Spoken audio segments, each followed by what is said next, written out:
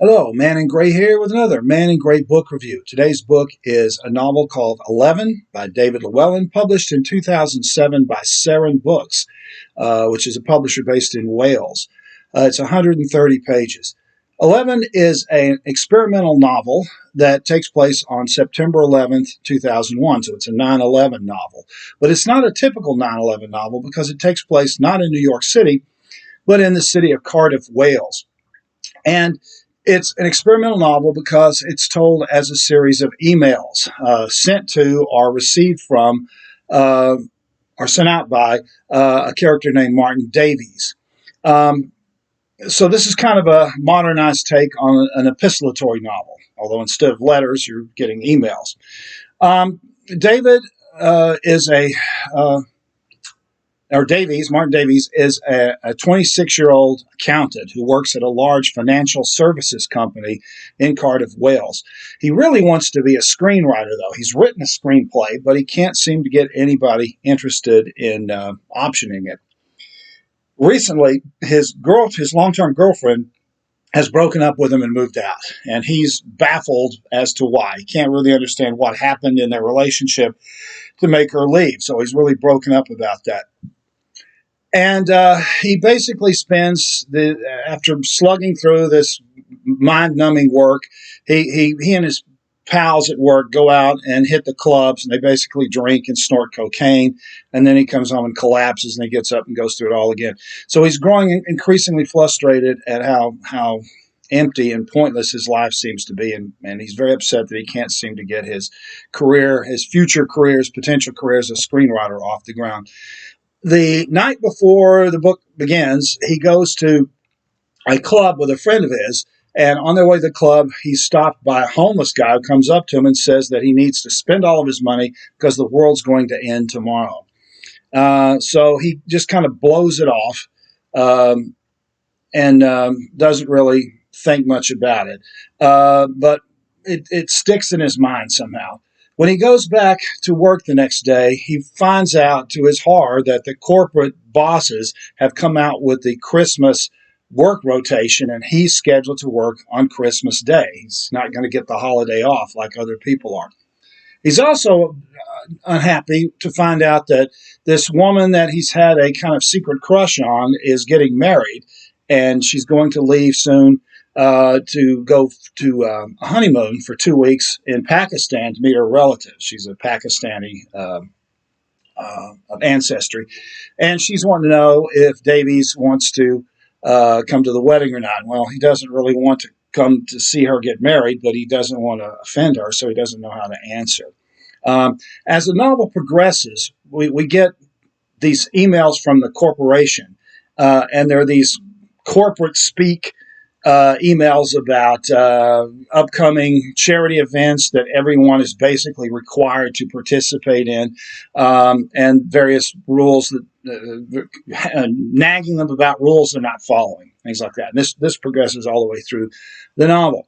He gets an email from an old college friend of his in London who says, "Why don't you quit your job and come up here? If you want to be a screenwriter, you really need to be in London." And Davies says, "Well, I know that, but I've maxed out all my credit cards, and I've taken out a loan from the company I work for. And if I quit, I'm going to have to pay that loan off immediately. So I'm stuck. I can't. I hate this job, but I'm stuck here." And then periodically, Davies writes emails basically to himself and saves it onto his hard drive, where he basically laments about how unhappy he is and how he hates everybody he's working with and hates the situation he's in and why he can't understand why his girlfriend left him. And so it goes on like that, and we're introduced to some of the other characters in the office, some of whom he gets along with and some of whom he doesn't. He finds out, to his great distress, he's living with two women in an apartment that work for the same company. And he finds out just by accident that the weekend before at a barbecue, these two women got high on cocaine and had sex with another worker that he can't stand, this kind of cocky, arrogant guy who seems to get every woman he wants. And he gets into an argument with this guy, and the other guy can't understand what the big deal is. Right? So they go to lunch.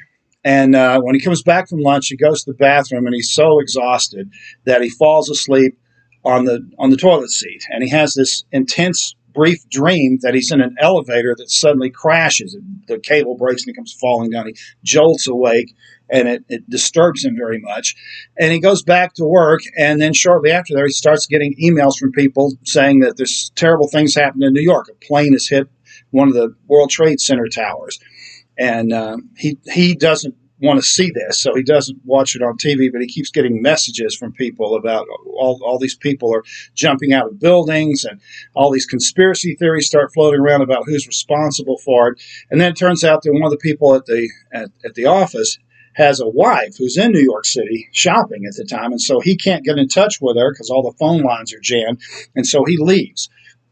Then they find out later that the British Airways had grounded all the flights in and out of the country. And so one of their co-workers is in Italy, and he can't get back now because he's stuck. And some of the people, all the business basically stops. But we still keep getting these emails from the corporate company saying, here's a charity event we need to do, and here you need to sign up for this. And they're oblivious to what's happening in New York and what's happening in their own country with everyone panicking and the airlines being shut down. And they send an email telling people not to go to the fourth floor. It's off limits because apparently some of these coworkers have been sneaking up there during their lunch hour and having sex. And so the more Davies reads this, the more upset he gets about what's going on. All these people are dying and we don't seem to know what to do. We don't seem to care. He writes a very sad email to his former girlfriend, and he's saying, I don't know why we broke up, and I wish the best for you. I wish we could still be together, and it's very sad. And then he writes another letter to himself about, what am I doing here? I'm dying inside, basically. He sends a little short email to his boss saying he's not going to be able to come in tomorrow. And then he writes a final email that he sends out to all of his friends where he basically says what he's been saying to himself all along. I don't know what we're doing here. It seems like what we're doing is pointless. I don't understand. My life doesn't seem to have any meaning. And he gives a really strong, he doesn't actually say this, but he gives a hint that he's just going to quit and do something else. Despite all of his financial problems, he just can't take this anymore. So it ends in a kind of ambiguous way.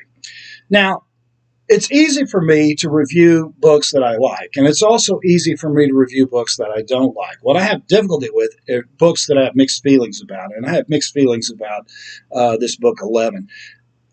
There are some good parts of the character. The main character is very well drawn. You can see him slowly coming apart as the day goes on and questioning his choices and his life and facing the fact that he's basically, the reason he's getting drunk and high all the time is because his life is empty and he has nothing to live for. He's not really pushing. Even though he sent his screenplay out to other people, he's not really pushing it. He's trying to do two things at once. He's trying to make a living, but he's also trying to be a creative person, and it's just not working out. So that character is very well defined. All the other characters are not really well defined at all. We don't really know enough about them to understand what they are or really care about them. His girlfriend, for example, we never hear from. We don't know why she left him.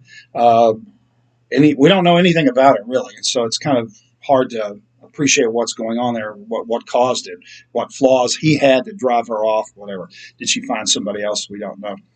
But the main issue I have is this kind of awkward fusion of a corporate satire, because, in a way, this is kind of like the TV show The Office, with all the inter-office gossip and infighting and pettiness. But it also combines that with the drama of the 9/11 tragedy. And it's very tricky to do that. A 9/11 novel is something that's very hard to pull off because you're talking about a real event that killed 3,000 people in one day and led to two 20-year-long wars in the Middle East that killed tens of thousands of people. So you've got to be careful when you do a novel about 9/11 that you don't come off trivializing what happened or trying to exploit it. And I don't think the idea of kind of a corporate satire combined with 9/11 really works. This book would have been better if it had not taken place on 9/11. It had just been on a normal day, and Davies simply gives up at the end because of all the stresses on him. I think combining with 9/11 makes it a little awkward and a little disturbing. But it's a well-written book. It was Llewellyn's debut novel, so for a debut novel, it's very innovative. The idea of of a novel based on emails. It's quite interesting. It has a lot of potential in the future. Text messages, things like that would be another interesting um,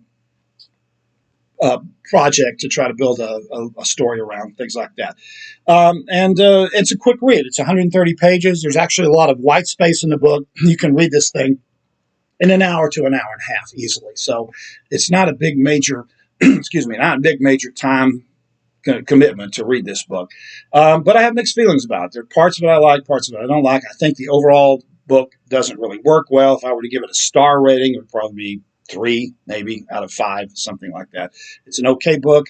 It has stayed with me. I've read this book the first time about 3 or 4 years ago, and it's really stayed with me. So that tells you something. But I still don't think that it's completely successful. The book is 11. The author is David Llewellyn, and this has been another Man in Gray book review. Thanks for watching.